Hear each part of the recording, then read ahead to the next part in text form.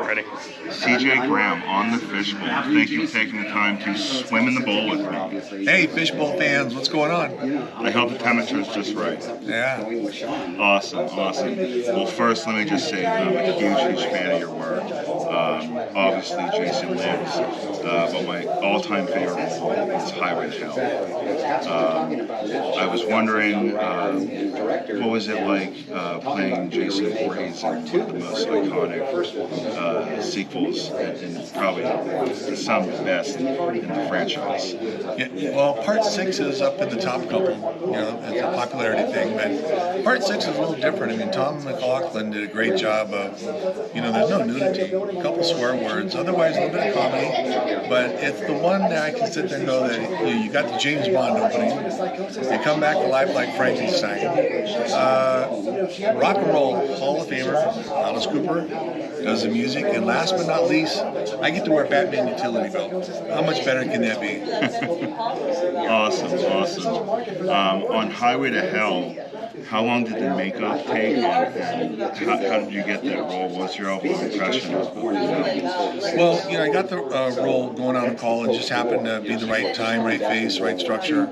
As far as the wardrobe or the makeup itself per se, it took about 5 hours. It was done by Steve Johnson, very well-known artist in the industry. And we would sit there at 3 o'clock in the morning in a makeup chair, and I'd be watching MTV back in those days, 88, 89, and falling asleep while he was doing my eyes or my ears or whatever. But as far as the actual Highway to Hell, it's unfortunate. You got some well-known A-listers in it from today, Ben Stiller and a few others. You can take a look at it, Christy Swanson, Chad Lowe, Rob Lowe's younger brother.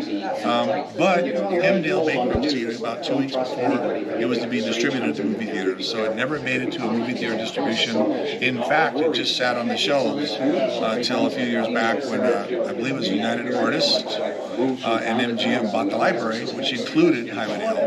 Well, I wanted to know that I own it on Blu-ray, and it was a major inspiration for a film now in the process of getting produced. I was telling you about it yesterday. Initially, the idea was it was supposed to be the unofficial sequel to The Highway to Hell. Right. But obviously, I can't do that for rights reasons, and it's just a pleasure to talk with you with Hellcop,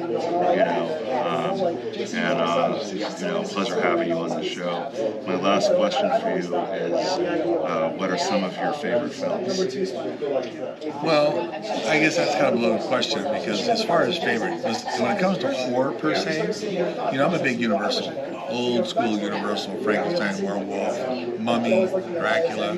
I still remember having those models when I was a kid back in the 60s. So those will always be my humble background. As we go forward, I think the films are great. I'm really proud of the Freddys, the Michael Myers, and Leatherface, and of course Jason. Completely different genre that's carried for decades, 4 decades now, which is great. And now we go into Terrifier and a few others. I wish them same luck, because it's really hot right now. Terrifier 2.0 just came out, and the guys are doing great with it. However, the test of time will be in 10 years, or 20, or 30.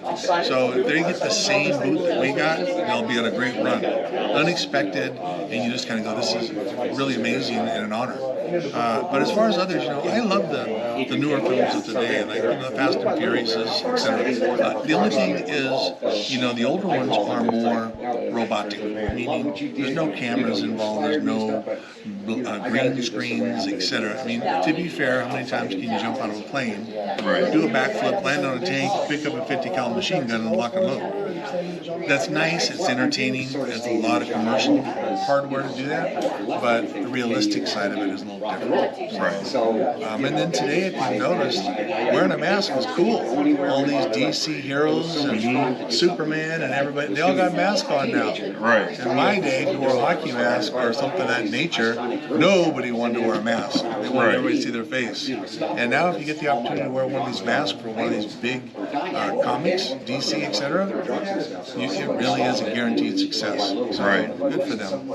Awesome. Well, CJ, thank you so much for taking the time to swim in the bowl with me. I hope the temperature was just right. Thank you.